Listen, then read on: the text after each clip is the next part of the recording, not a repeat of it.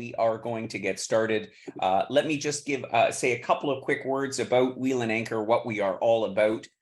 Many of you will have heard this spiel a dozen or more times. Our philosophy, why we started this travel community. I've spent 33 years putting trips together for Canadians to all points around the world. And, when you have a bunch of people who have something in common, who have a bit of a like-minded approach to travel, it's a lot of fun because it's like you can imagine the difference between traveling with a bunch of friends versus traveling with a miscellaneous group. And that really is one of our big differentiators, not to mention how we run our trips, our philosophy on trying to take time and give free time and not be in a rush. But really, first and foremost, it's about forging connections with other people. And that sort of goes into our core mission and our goal for all of our members, which is to be well-traveled and well-connected. And this is a great shot from our not last trip, our second last trip, just before the pandemic started. We visited Egypt with Eunice, who I'll introduce you in just the next slide. You can see him in the bottom left of the picture, and our group of people who were with us in Egypt before. And I can tell you, a lot of the members on that trip are met for the first time, became friends. Some of them have traveled together subsequently, with us, without us. It doesn't really matter to me. What matters for me, for us, for our team is that you make some meaningful connections with the people that you travel with, and also with people along the way. And I know that Eunice is one of our most beloved hosts and Egyptologists. And everybody always asks, how is Eunice doing? Have you been in touch with him?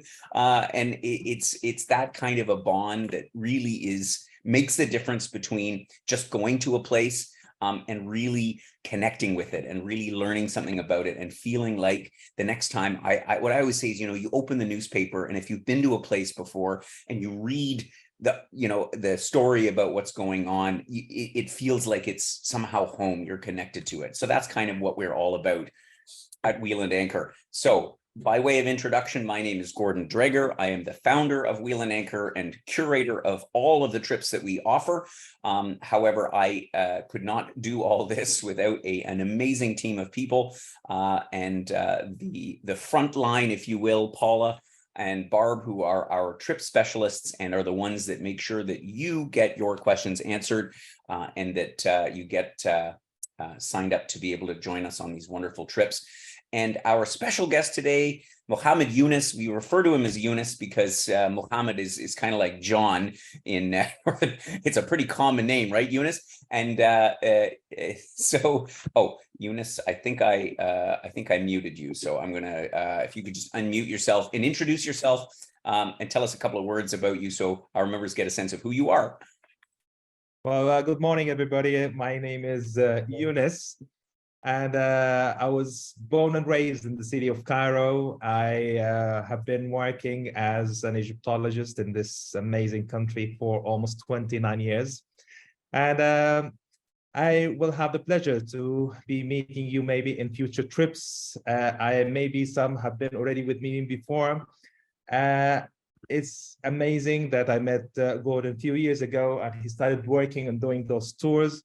I've never done Canadian tours before. I mean, I've met Canadians, maybe one or two in big groups. And it was the first time for me to have a whole Canadian group traveling with me. And I had so much fun.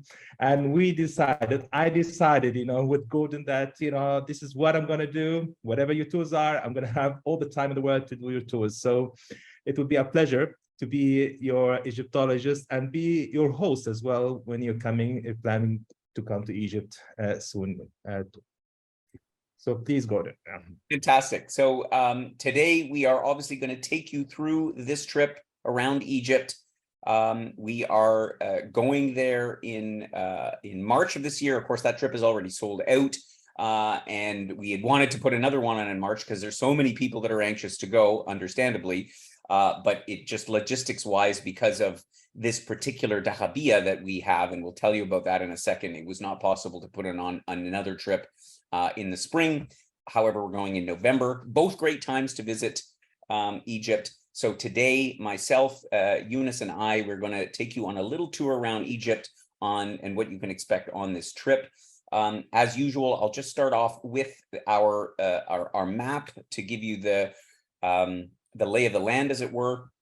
In the inset, obviously, you see here the northeastern part of Egypt, and we're focused on the Nile Valley. And of course, if you've been reading media recently, the Nile, the longest river in the world, subject to a bit of contention because of the big dam they're building down in Ethiopia. Anyway, I'm not going to go into that, but it just gives a lot more interesting fodder because it's quite a geopolitical calamity, if you will. But anyway, Eunice will tell you that in Egypt, we are going to be flying into Cairo, which of course is the capital of Egypt, and one of the largest cities on the continent of Africa.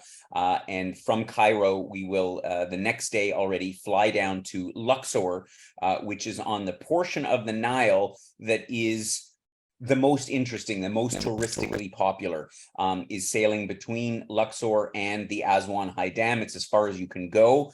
I think there are locks there, but for the most part, ships are transferring between Aswan and Luxor, because when you get to Lake Nasser, there's it's a whole lot of desert.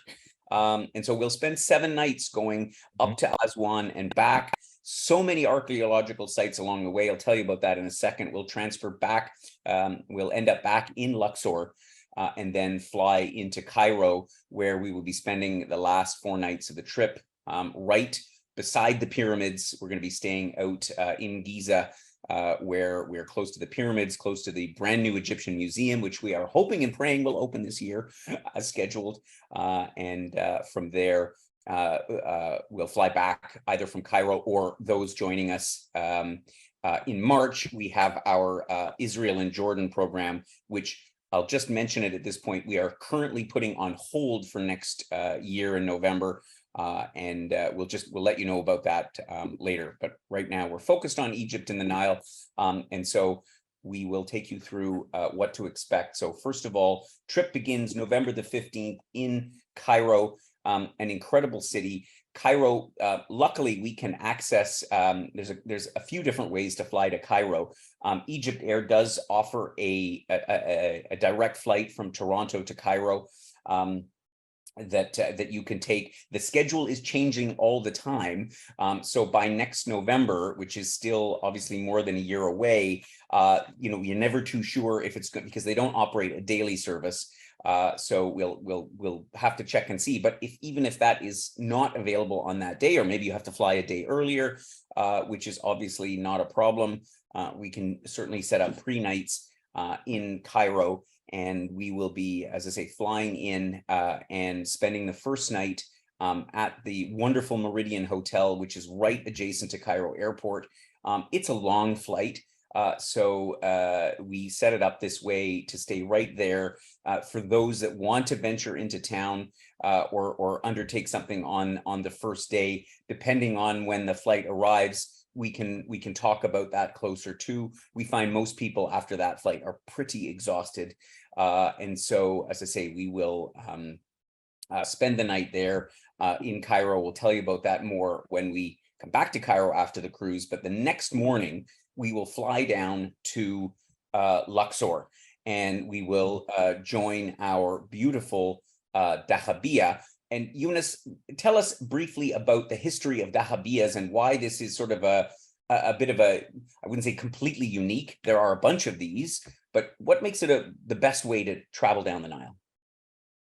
Well, actually, this was the first way to travel down the Nile by tourists, and that started by the 1840s, when a lot of Europeans, coming to the Nile, they want to, of course, explore all the different sites, traveling from Cairo all the way to Luxor and Aswan. And for this aristocracy, the dahabeeyahs were basically started working on the Nile, which was the way to travel.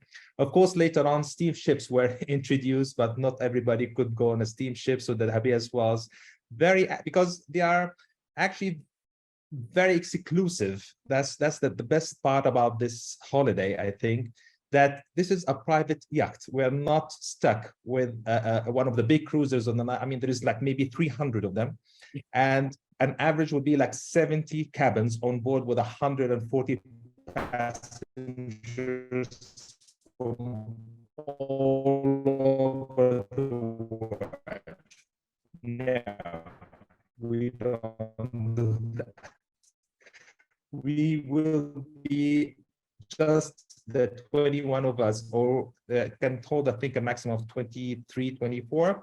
That's us on the boat. That's our boat, our private yacht. And another great advantage for it, that when we are cruising, you will not be hearing any of the engine noise, because this boats or those boats are, you'll be so in touch with nature, you know, because we'll be also having overnights in not the classical docking areas where you get like 6 or 7 boats. I don't know if someone have heard about this or not, but we have very limited docking areas in Luxor, Aswan, Edfu, where you see that for yourself, 6, 7 boats, more nights in islands, right in the middle of the river, which makes the whole day much, much, much better. Indeed, indeed. Eunice, your internet connection seems to be a little spotty because your voice is sort of speeding up and slowing down. Let's see how it goes, but we might have you turn off your camera for bandwidth. But let's just see how it goes. Just a couple more words about the Dahabia. So as Eunice mentioned, this is a private ship. We've chartered this entirely for ourselves, for our own group. That obviously comes with its own benefits. Wonderful amenities on board. This is a brand new ship, by the way. So Dahabiyas obviously have a long history. This one was just built last year. It was just completed last year, and so we were quick to grab it, because I mean, these things don't pop up all the time, particularly brand new ones. So it is super comfortable. Everything spanking new, if you will, and you'll see it has a total of 12 guest cabins, which means that our group will be probably in March. I think we have 21 members on board, depending on how many solo travelers join us. So somewhere between 20, 21 people is what we expect. So it's a nice intimate size of group. There, as you saw from the other picture, there is sun loungers up on the top deck, so you can, in the time that we're not out touring some of the archaeological sites, you can relax, watch the Nile go by. The cabins are very comfortable. As you can see here, they come in, we have cabins both with a queen size bed, like you can see here, as well as 2 twin beds. We also have a couple of cabins that have balconies on them as well. There's only a couple. I mean, the ship only, as I said, has 12 cabins.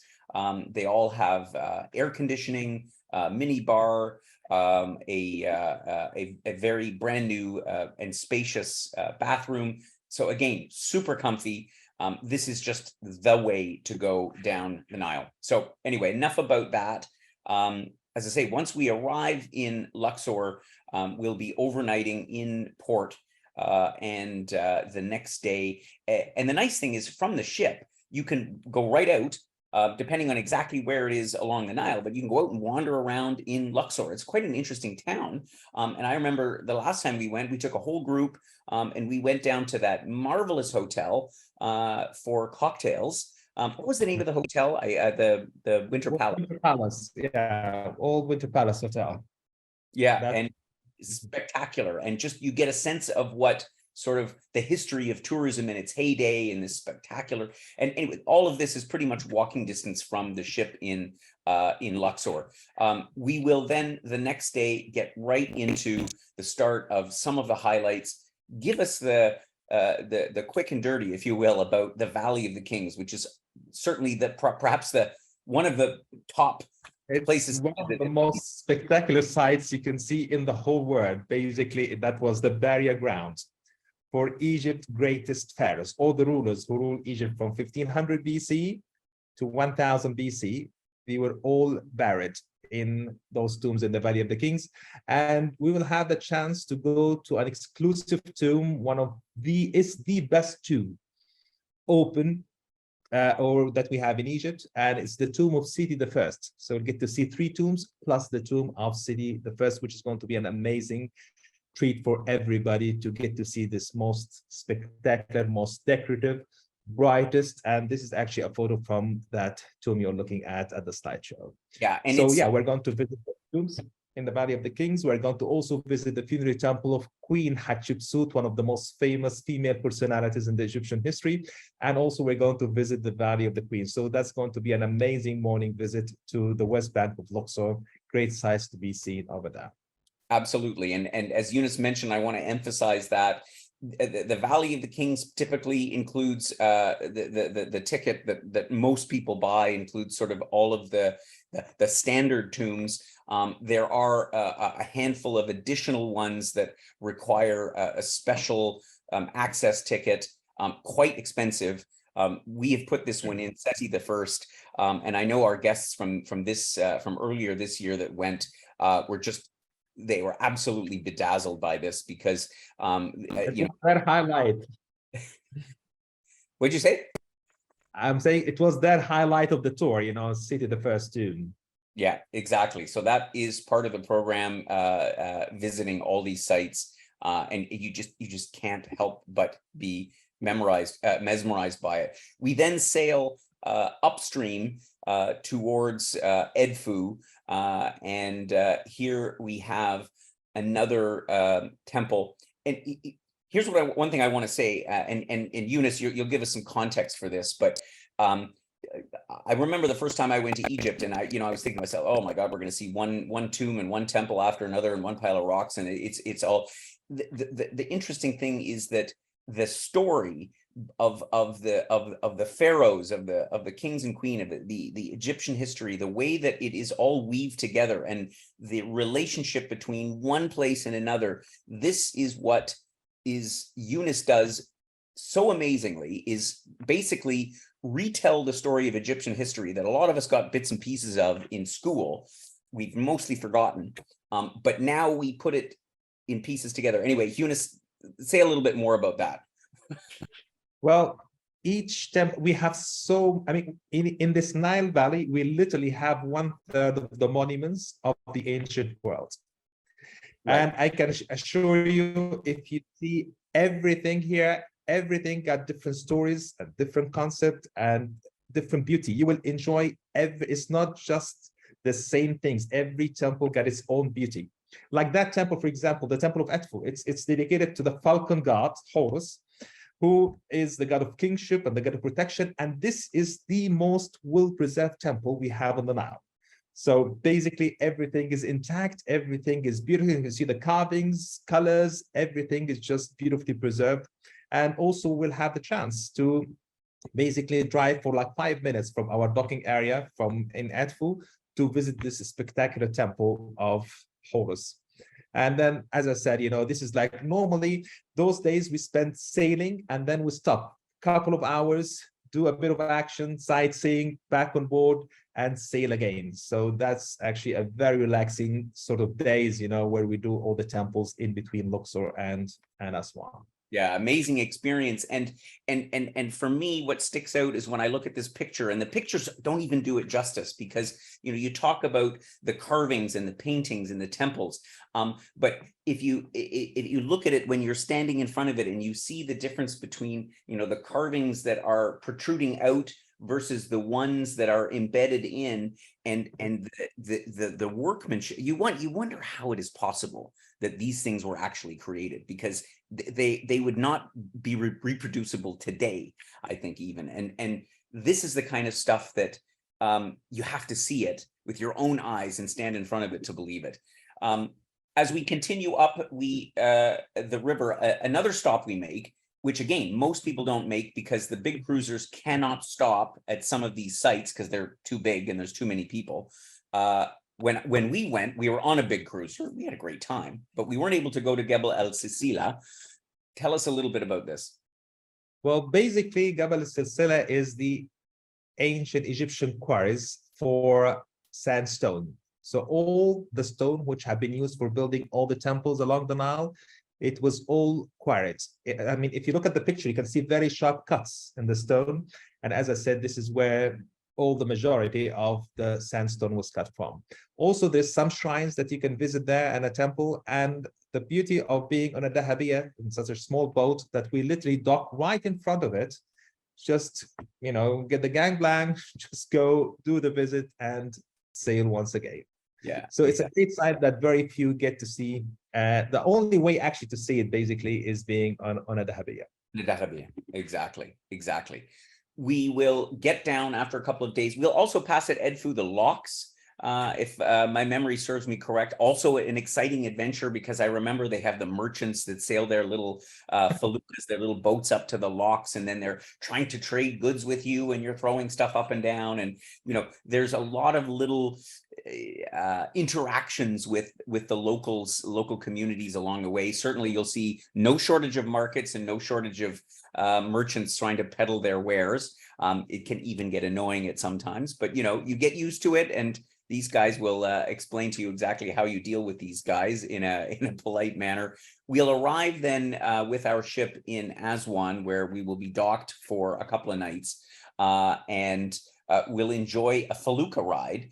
A felucca is basically an ancient sailing boat on the Nile. Is that right? Exactly. And it's just here in Egypt, you know, you can see them with those big sails you can see in the photo. And as I said, it's very distinctive to the Nile Valley, a very relaxing tour. The beauty, Aswan is, in my personal point of view, is the most beautiful city on the Nile, because there's lots and lots of granite islands and lots of vegetation. The bird life is phenomenal. And it's one of the best ways of, you know, going around the small islands, little islands we have in Aswan is on a sailboat. So it will be an amazing, very relaxing experience for everybody. Absolutely. A very relaxing experience. And we will have the opportunity on the next day to go down and see Abu Simbel. We're going to be doing this for those that wish. This is an add-on program. And I know that, yeah, on any given trip, you know, usually half the people opt for this because it is a bit of an expense. We have to fly down to Abu Simbel, which is located not far from the southern border of Egypt to Sudan. And tell us what makes Abu Simbel so special. And I know I was a little bit like, oh, am I going to, you know, take an extra flight to go all the way down there? And then you show up and you're like, holy moly, I'm glad I did this. Why is that? Well, when they were doing a list of the 7 wonders of the ancient world, this temple of Abu Simbel was completely covered up. And we didn't know anything about those 2 magnificent temples till 1813, where it had been rediscovered again in modern history. The whole facade and the temples were covered up with sand. What makes him so amazing that not 1 but 2 temples is all 1 piece of stone. It's a mountain which was 65 foot high that the ancient Egyptians carved in a form of a temple. So that facade that you're looking at, those statues, by the way, they are 21 meters. They are 60 feet high. And as I said, the temple itself goes for almost 65 meters depth, right in the heart of the mountain, with some amazing carvings, still beautifully preserved, of all the battles of Ramesses II, his conquering, you know, the Hittites, and as I said, smiting the Nubians.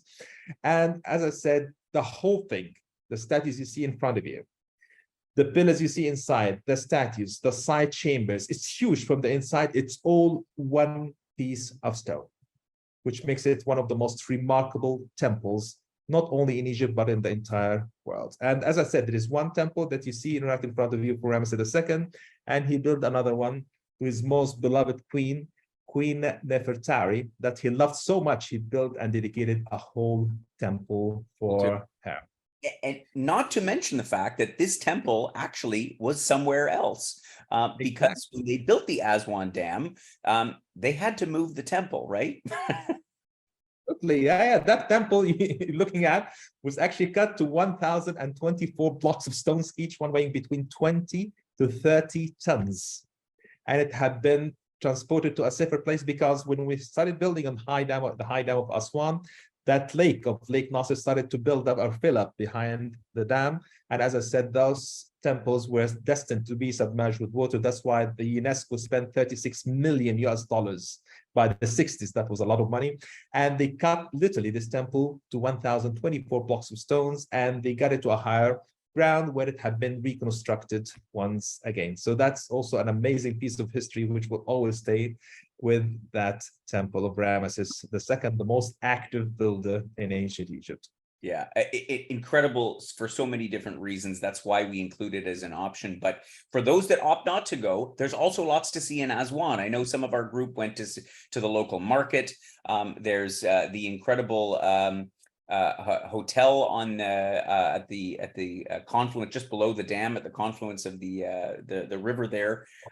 So there's the old Cataract Hotel, and I just got some rave reviews from some of our members that were there about what a place to have an afternoon sunset cocktail, or to enjoy a lunch or something like that. So lots to do if whether or not you just decide to join us in Aswan for the day. As I say, we make our way back up the river. And we will then end up back in Luxor, where on the other side of the river, on the east bank, you have the Karnak and Luxor temples. And so you won't be tired of them after, you would think after a week, you'd be like, oh my God, another temple. But yet they just keep getting better and better. Absolutely. I totally agree. And as I said, we still have a lot in this program. We're not talking about every single temple. You know, there is Philae temple dedicated to goddess Isis, the goddess of magic in ancient Egypt. We're going to visit the high dam of Aswan. We're going to visit the quarries where the ancient Egyptians used to carve the granite from, and we get to see the unfinished obelisk there in the quarry. We're going to visit also Komombo temple on the back, which is a great temple dedicated to the crocodile-headed god Sobek. And also, this is one thing I'll ensure that I will do during this Dahabiya, that besides seeing all those magnificent temples, all right, we'll be talking a lot about ancient Egypt. I'll make sure that you'll see a lot of modern Egypt and day-to-day Egypt. And this is also one of the things we're going to do when we are on a Dahabiya, and we can do when we are in Dahabiya, because we'll be literally docking on islands right on the river. And as I said, you know, last Dahabiya, we just woke up one morning and we literally walked through the village. We went to, you know, we've seen the children, we went to the school, primary school, we've seen the children, you know, over there. We've seen the houses, we've been, women were baking bread. They gave us this most delicious pita bread, you know, they were just cooking. We walked inside we've seen the farm, you know, that they had, you know, the animals, just to walk and just see how Egypt is right now, I think is also as interesting as it was in ancient Egypt. So this is something also we'll ensure doing during the Dahabiya. 100%. And I think that's an important comment is that we, our goal is not just to show all of the incredible historical and archaeological sites, but to give some insight in what modern day Egypt looks like. And, you know, Egypt is 100 million people you've got over there, is it? Almost 100 million, yes. 100 million people. And so we don't sometimes grasp what life is like in you know, in this northern part of Africa. Sometimes we even forget that Egypt is part of the continent and all of the ramifications of that. There's so much information. And I recall one of the highlights of the trip that we took a couple of years back was you sharing one day about, you know, your life and everything that you experience and the challenges and the changes in the politics and in day-to-day life. It's all part of what we offer on the trip. We will get back to Luxor and spend our final night on the ship there, and then fly back up to Cairo, where we will be whisked off to our hotel which is in the Giza area, so adjacent to the temples. In the evening, you can go out, and some days they have a light show that lights up the temples, all of which we can see right from our hotel. And then yeah, we'll tell you about the Grand Egyptian Market in a moment. So obviously one of the highlights of visiting Cairo and Egypt are the pyramids.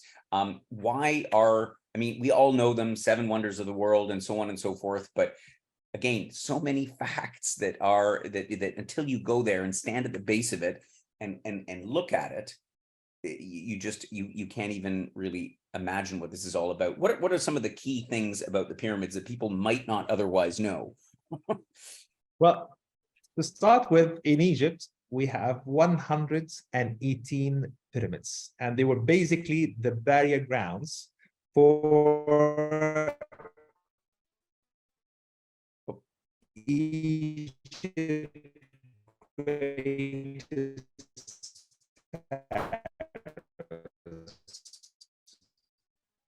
Eunice, is even before the Valley of the Kings, started.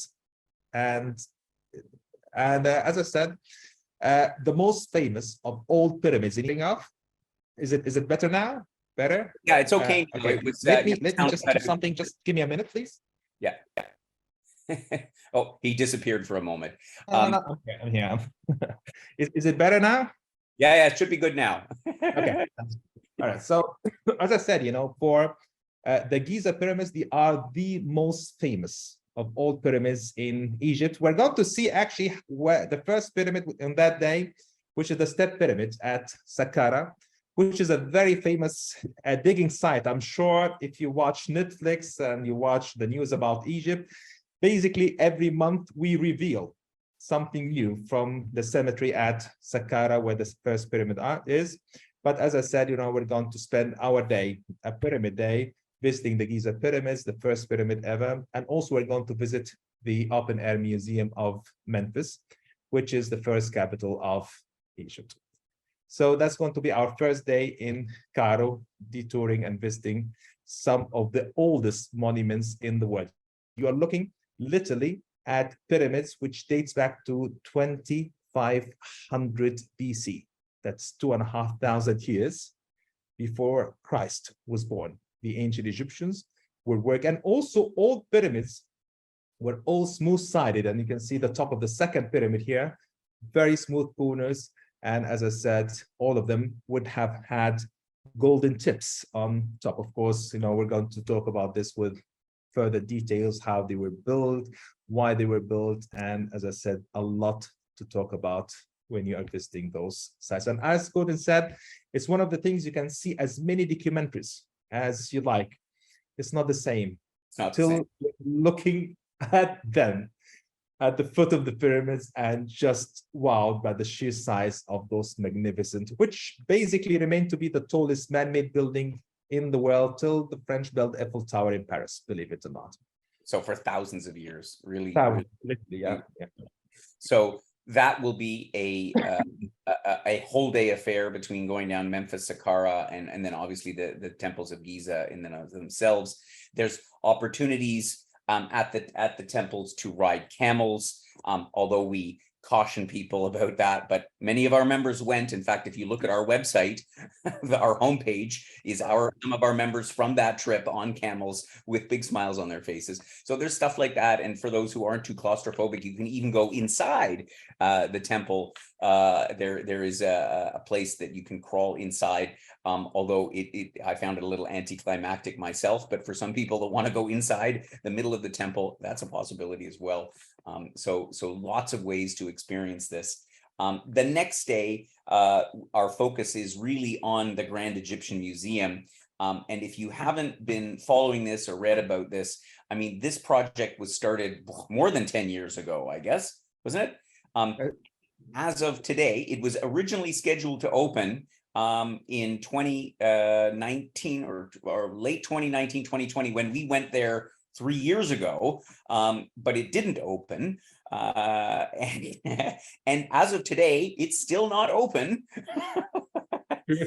But we're hopeful that by the time our group comes in March, never mind next November, when this trip is that we're talking about today, that the Grand Egyptian Museum will finally open its doors. I read articles from time to time. They're about to open. Eunice, tell us, why is this such a significant facility? It's basically the largest museum in the world dedicated to a single civilization. We're talking about 125 acres of land allocated to that museum. And so far we spent, believe it or not, $1 billion on that museum. We started actually doing tours to see the inside of the museum, but not to enter the main exhibit hall. And it was supposed, as you said, to open before COVID. COVID happened, things slowed down. Then it was destined to be open last October, which didn't happen. And they said the final open would be next October. So hopefully, by the time, March comes, that would be all open and ready for the visit. It's going to be spectacular. And that museum will literally set standards of how other museums later on should be built. It's a state-of-the-art museum, and as I said, it's going to be amazing having it to open very close, as you can see, to the pyramid. So basically at the far end of that museum, there's massive glass windows. So try to imagine you're walking, looking at the treasures of King Tut and his mask and his coffin and all those fantastic treasures with the view of the pyramids at the background, which I think is going to be phenomenal. It's going to be incredible. Yeah, this is going to be a real highlight. As you say, by next November, by the time we get to this trip that we're talking about today, it should be all well and open. We're crossing our fingers for our members who are joining us in March that it will open later this year as they have planned. The other thing I want to mention today, in the theme of getting to know the locals, one thing that we have done on our last couple trips is to have dinner with a local family. We've done this a number of times now, where we go in Cairo and we drive out to the suburbs, and you kind of think to yourself, I remember the looks on everybody's faces as we're driving out into the suburbs of Cairo, and and it's all dusty, and it doesn't look quite like the suburbs of cities in Canada. But we arrive and have dinner with these amazing families, and I'll tell you what an experience to go into somebody's home and just sort of see how they live and what their stories are. And they are obviously as anxious to get to know us as we are to get to know them. I'm still in touch with the family that we visited back then. In fact, the gentleman was a police officer in Egypt, and he messages me from time to time, and it's just wonderful. And so this is again a highlight we'll do at the end of the day, is going for dinner with these families. And we'll be split up into a few families. Obviously, not all 20 of us are going to go to one. We'll probably go to 2 or 3 different, I think 3 different families. And it's a great experience. And that will basically bring us to the end of our trip around Egypt. This is something that we've worked on very hard to make a very unique, all-encompassing program, but at the same time with the leisurely pace of going down the Nile. And it is one of the epic voyages because it's such a unique river, being a green belt down the middle of the desert. Anyway, I could go on about it for ages and ages, but we will get into a few of the details now. Of course, all of this is in the program itinerary, talking about pricing. So again, this is for next November of 2024, so it's more than a year out. Pricing for our various cabin categories is shown here. And I'll give special note here. We're trying to do what we can for our solo travelers to ease the burden of cost. So we have a regular price for single occupancy for the whole journey, or for those who don't mind rooming with somebody on the Dahabia and having their own private room while on land. We've set something up. So we're doing what we can to ease the burden on our solo travelers. As I mentioned, and again, I'm not going to go in great detail, but of course, once you're in Egypt, most everything is looked after. Our hotel accommodations in Cairo at the beginning and the end, 7 nights on the ship. We have on the boat, we have breakfast, lunch, and dinner. They typically also serve like a tea and there's snacks. You never go hungry on a wheel and anchor trip, I can guarantee you that.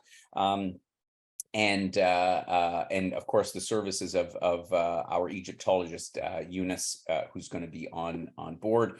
I note as well that the domestic air tickets are also included there. The only exceptions being obviously flights over, which we will facilitate for you, and the Abu Simba visit that's notated as an extra, and then of course travel insurance. But all of that we can assist you with. Getting over to Egypt. Pricing at the moment is looking pretty steady in around $1,000 to $1,500 based on economy class return from pretty much any city in Canada. Again, it varies somewhat if you're going from east or west. And I mentioned that Egypt Air flight that flies a few times a week nonstop from Toronto to Cairo. But if you're coming from out west, if you're coming from Calgary, Vancouver, and so on, it's better to fly to Frankfurt, for example, and then from Frankfurt to connect down to Cairo. But anyway, that's the details we can get into. We do have an early booking bonus available for anybody that signs up by the middle of next month. And again, we're able to do that because of a collaboration with our partners in Egypt, that if we get folks signed up early, they give us a bit of a break. And so that we pass on to you. And yeah, now it's time to field any questions. And I think some have come in, Paula. But of course, please drop an email to either Paula or Barb if you do have any other questions that we didn't cover in the webinar today or that we don't address now. But maybe we can field some of those questions now. This is a great shot of Temple of Hatshepsut. Perfect. We've got a question here, Gordon, with regards to appropriate dress and packing. And I think you can touch on it in relation to weather as well. Members always like to know about that. Yeah, November's a great time to go because it's Egypt, as you can imagine, is in the summertime and for much of the year is really hot. But in November, it starts to cool down, right, Eunice? Yeah, it starts, but just in the evenings, it's beautiful, 20-25 degrees by daytime, sunny, and it could be a little bit cooler at night. So that's why I would recommend just bringing an extra jumper or layer or, with you. Sightseeing, that's absolutely fine, just going with a t-shirt. But as I said, always better to have an extra layer. Yeah. I think the question also is about any specific dress for entering temples or other religious sites. Do you have any thoughts about that? Do they have to cover their knees or shoulders, or what's the? Actually, just going sightseeing is absolutely no problem. Shorts are okay for ladies and gentlemen. Also, sleeveless, like sort of t-shirts is absolutely fine, with the exception with going sometimes to a mosque. All right, then you just need something with long sleeve, like trousers if we're visiting a church or a mosque. If you are walking in the city, I would say out of respect to the culture, please also just something like short sleeves is absolutely fine. But when we are on the boat, when we are in tour, going around the temples on the side, please feel free to wear whatever you want to wear. Yeah, perfect. Other questions? We had another question here for a member that's already signed up, was asking if either of you would have a recommended book that they could read prior to going, to give them a little bit of background in the area. Nothing too heavy. Well, I would say go for Lonely Planet. Those books are amazing, but just get an updated sort of version from it. And those books, you just cover the whole country with always a brief introduction about history, religion, political system, and then they just go through the sites. And you'll find like half page for all the sites that we're going to visit. So it's a great book to start with and also to bring. So if you would like to read a little bit about what we're going to see next day, then you have an understanding of what we're going to do and read about it more. So Lonely Planets, those are great books, that go and cover the whole country. But of course, yeah, the guidebooks give you a good summary of some of these things. I mean, you could go into detail there. I mean, there's obviously lengthy books about Egyptian history, as well as about the Aswan Dam. I also find personally, there's lots of great YouTube clips, short ones, 10, 15, 20-minute mini documentaries about various topics. Again, I'm somebody that's always interested in sort of geopolitical topics. There's some very interesting ones about the new dam in Ethiopia and the impact on the countries downstream, particularly Egypt. And that just gives you some very interesting context as well in terms of stuff too. So a bit of Googling, a bit of YouTubing, and as Eunice mentioned, Lonely Planet or one of those similar guides are great things to prepare you for the trip. Perfect. We have another question that's come in here from Jacqueline asking, in terms of the activity level or strenuousness of the trip, can you share details on that? Well, I would say the great thing about this tour that everybody, I'm sure, will arrive, maybe jet lagged, long flight, and you're going to go straight to an airport hotel. So it's literally like 5 minutes from the airport. Very nice hotels. You can, relax, sleep, recover, and then we're not doing anything that day. We're starting flying to Luxor, and we're starting with the relaxing part of the holiday that everybody would need. So basically, all the trips that we'll be doing on the Nile, it's all half days. So we leave in the morning and we always come back for lunch. Maybe there's something in the afternoon, a short visit. So it's very relaxing pace, definitely, when we are on the Nile for the 7 nights. I guess when we get to Cairo, this is when it's gonna get busy, because in Cairo normally we have full days. Cairo got a lot to offer. So it's basically 4 days. We start like at maybe 7:30 in the morning, and we come back by 4:30 or 5 o'clock on the Pyramids Day or the museum day. So it's going to be longer days while we are in Cairo, and half days when we are sightseeing from the Nile. There is plenty of relaxing time and also busy or activities and sightseeing involved. And specifically on the excursions for Jacqueline, anybody else that's you have to walk. I mean, the only way to get into these temple areas and so on is walk. Our benchmark for most of our tours is if you're comfortable walking around 10,000 steps a day, then you will have no problem on this trip. There's always spots to, in the Valley of the Kings and any places to sit down. So we want to make sure that it's, how should we say, that it's comfortable for everyone, but you do need to be able to walk, and you do need to be able to fulfill our sort of minimum and standard mobility requirements to really be able to enjoy this trip. I mean, you could theoretically just sit on the Nile and sail up and down, and that would be a nice trip in and of itself. But obviously, to enjoy the visits and all the temples and so on, there is walking, there are stairs, often with no railings and so on, and uneven and that sort of thing. But yeah, I think for most of our members, it should be well within their capability. Cool. Perfect. Those are all the questions that I've had come in so far. So members can reach out to myself or Barb. Barb's on holidays this week, but I can help until then. And we're both on next week with anything that pops up after today.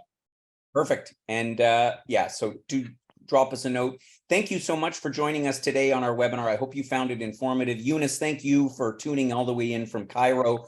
It's always great to get your feedback. And again, we've really developed quite a relationship with Eunice. And we're so glad that he's going to be hosting and guiding this trip for us in Egypt, and I know you'll all appreciate him very much. See you soon. We've got lots more webinars in store for you in the next couple of weeks. Paula put them in the chat box. Morocco, Caucasus, Georgia, and Armenia are coming up, as well as our next year's program to Tahiti, which is obviously full for this year. So join us for those webinars. I'll catch up with you again very, very soon. And take care. Have yourselves a good weekend. Bye-bye for now.